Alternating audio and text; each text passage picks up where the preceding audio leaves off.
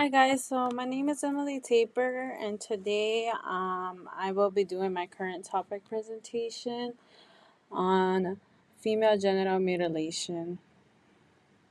So, understanding female genital mutilation. So, an introduction. Female genital mutilation refers to the practice of intentionally altering or injuring female genitalia for non medical reasons. It is recognized internationally as a violation of human rights. It is important to speak about female genital mutilation because it affects millions of girls and women globally and has a serious health, psychological, and social consequences. So, what is female genital mutilation? Female genital mutilation, also known as female genital circumcision, is defined by the World Health Organization as all procedures involving partial or total removal of the external female genitalia or other injury to the female genital organs for non medical reasons. Some countries that practice female genital mutilation are Somalia, Guinea, Djibouti, Mali, Egypt, Sudan, and Sierra. These are some of the prevalence of the women and girls ages 15 to 49 who have undergone some form of female genital mutilation. Somalia is 98%, Egypt is 91%, Ethiopia 74, Mali 91, Uganda is 1%, Yemen is 19%, and Senegal is 26%. So there are three types of female genital mutilation. So the first type is partial or total removal of the clitoral glands. When it is important to distinguish between the major variations of type 1, there are two types. Type 1A is the removal or the prepuce or the clitoral hood only, and then type 1B is the removal of the clitoral glands with the prepuce clitoral hood. Type 2 is the partial or total removal of the clitoral glands and the labia minora with or without the removal of the labia majora. And then type 2A is the removal of the labia minora only, and then type 2B is the partial or total removal of the clitoral glands and the labia minora. And then type 2C is the partial or total removal of the clitoral glands, the labia minora, and the labia majora. And type 3 is the narrowing of the vaginal opening with the creation of covering of a seal. The seal is formed by cutting and repositioning the labia minora or the labia majora. The covering of the vaginal opening is done with or without removal of the clitoral prepuce, clitoral hood, and glands. When it is important to distinguish the variations of type 2-3, there is two types of type 3. So type 3A is the removal and repositioning of the labia minora, or type 3B is the removal and repositioning of the labia majora. So in this picture, you can see like the three types. So in picture one, so that is just a removal. It's showing you the removal of the clitoris. In picture two, it is the removal of the labia minora and the clitoris. And then in picture three and four, it is showing you the type 3 female genital mutilation, and that is when they remove the clitoris, the labia minora, labia majora, and they stitched it up, and they only leave an opening for the vaginal canal and the peeing hole. And then in the last picture, that is when they do like cauterization or they pierce or burn like the labia minora and labia majora. So the short-term health risk of female genital mutilation. So one is the severe pain. So cutting the nerve ends and sensitive genital tissue causes extreme pain. The healing period is also painful. Excessive bleeding can result if the clitoral artery or other vessels is cut. Infections may spread after the use of contaminated instruments from previous female genital mutilation procedures and during the healing period as well.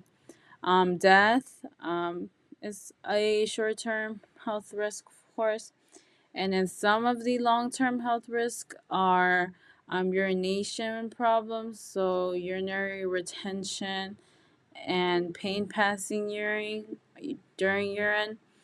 This may be due to the tissue swelling, pain, or injury to the urethra. UTIs are also a common thing. Infections can ascend to the kidneys, potentially resulting of renal failure, septicemia, and death. Menstrual problems. So, obstruction of the vaginal opening may lead to painful menstruation, irregular menses, and difficulty in passing menstrual blood, particularly among women with type 3 female genital mutilation.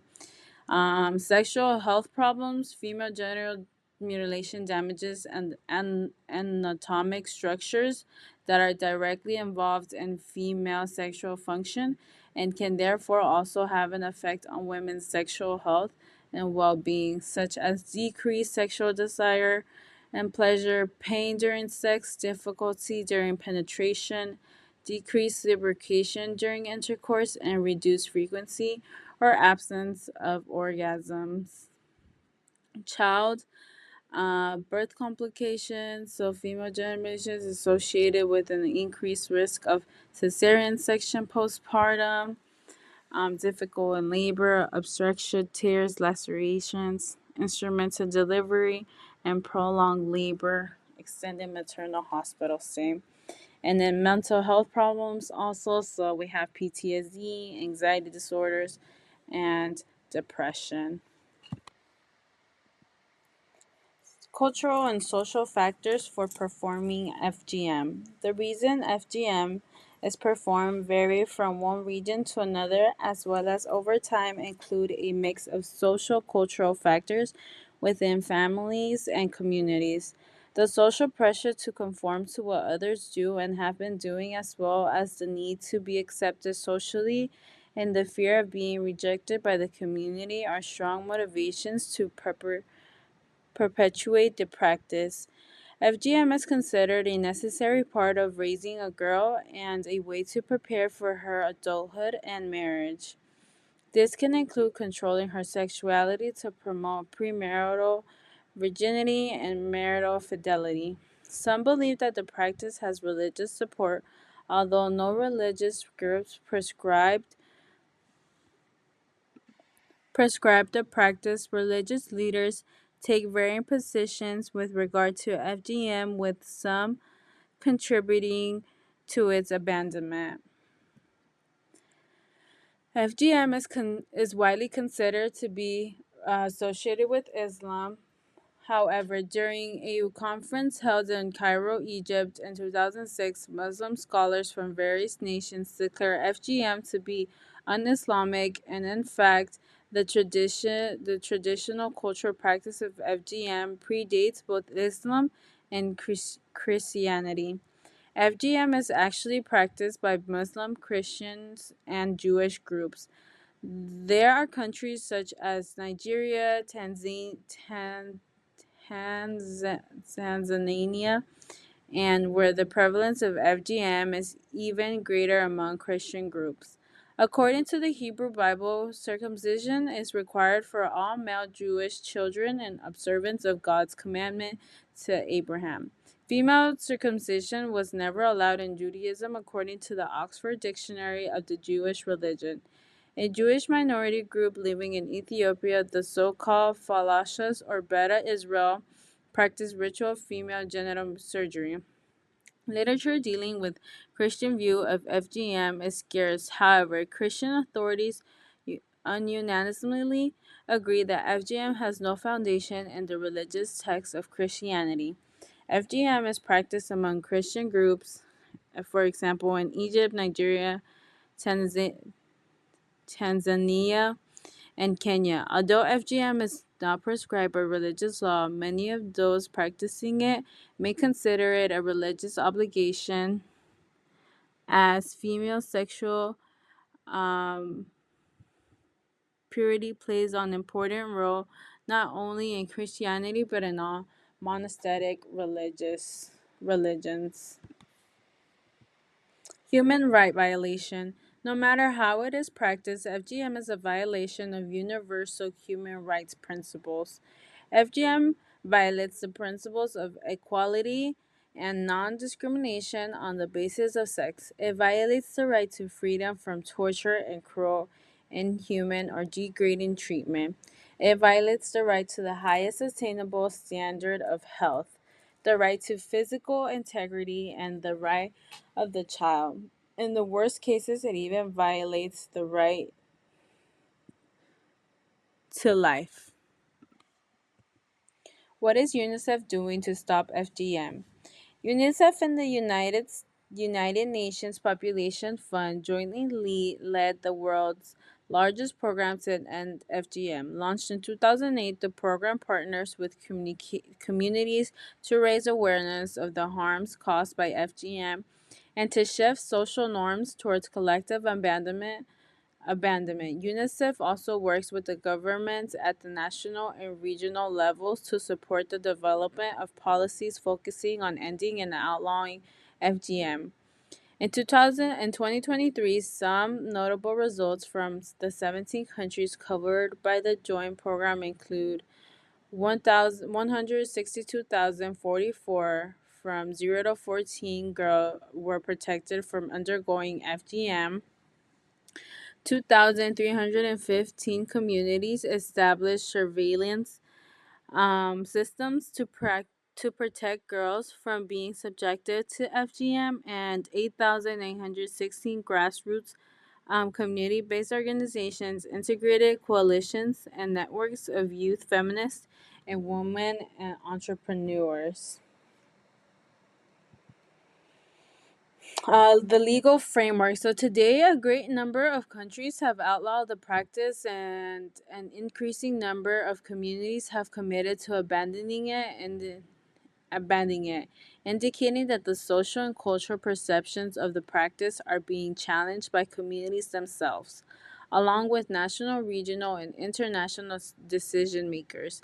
Therefore, it is time to accelerate the momentum towards full abandonment of the practice by framing the issue from a human rights perspective. According to the 2021 edition of the World Bank's Comp-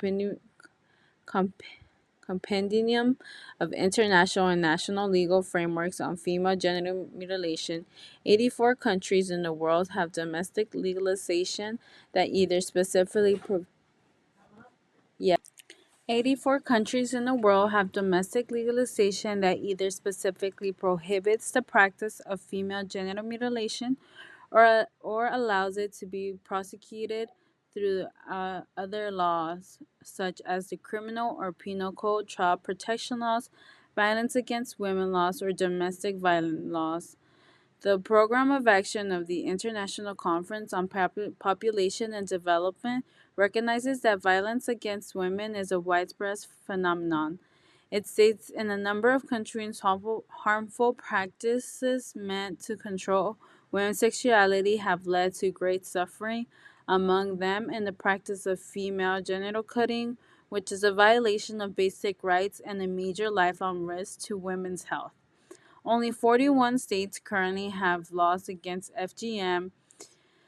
Um, States which do not yet have laws against FGM are Alabama, Alaska, Connecticut, Hawaii, Maine, Mississippi, Montana, Nebraska, and New Mexico, in addition to the District of Columbia.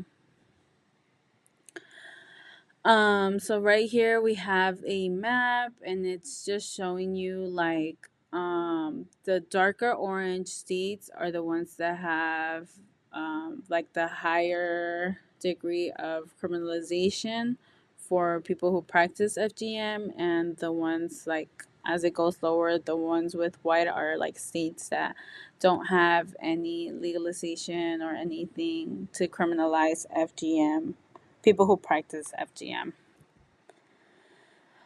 So right here we have a picture of Dr. Natalia Kanem. She's a medical doctor who currently serves as the executive director of UNFPA, the United Nations Sexual and Reproductive Health Agency. Dr. Natalia Kanem oversees its life-saving policy development and humanitarian work in over 120 countries, with the aim of assuring that every pregnancy is intended, every childbirth is safe, and every young person's potential is fulfilled. And right here, we just have a quote of hers that says, "If gender equality were a reality, there would be no female genital mutilation." And what can we do to stop FGM? So these are some frontline activists that we can support and follow. So we have Josephine Kulea. So she has the Samburu Girls Foundation, and this is a foundation. It's a Kenyan nonprofit, and to save young girls from child marriage, beating, and FGM. And beating is, from what I read, is it's basically like I'm sorry, beating is so once girls hit puberty, they are given like beads, and those beads show either that they're ready for a child marriage, and basically makes them a target for FGM. So Jetty Lamar, the Malkia Initiative. So the Malkia Initiative was founded on the principle that all women and girls were created for excellence, and aims to build self-esteem and confidence in our nation's young women. And then we have Natalie Robbie, so the Missiana Empowerment Korea. So Natalie is a founder of the Missiana Empowerment Korea, a fast-growing girl-centered grassroots organization in Kenya. So we can educate young girls on their rights to decide what happens to their own bodies, and we can speak out about the risk and realities of FGM, and we can challenge the discriminatory reasons FGM is practiced. And then right here I just have my citation page, and everything that I used, all the websites and pictures and stuff. So thank you guys. That is my presentation on female genital mutilation.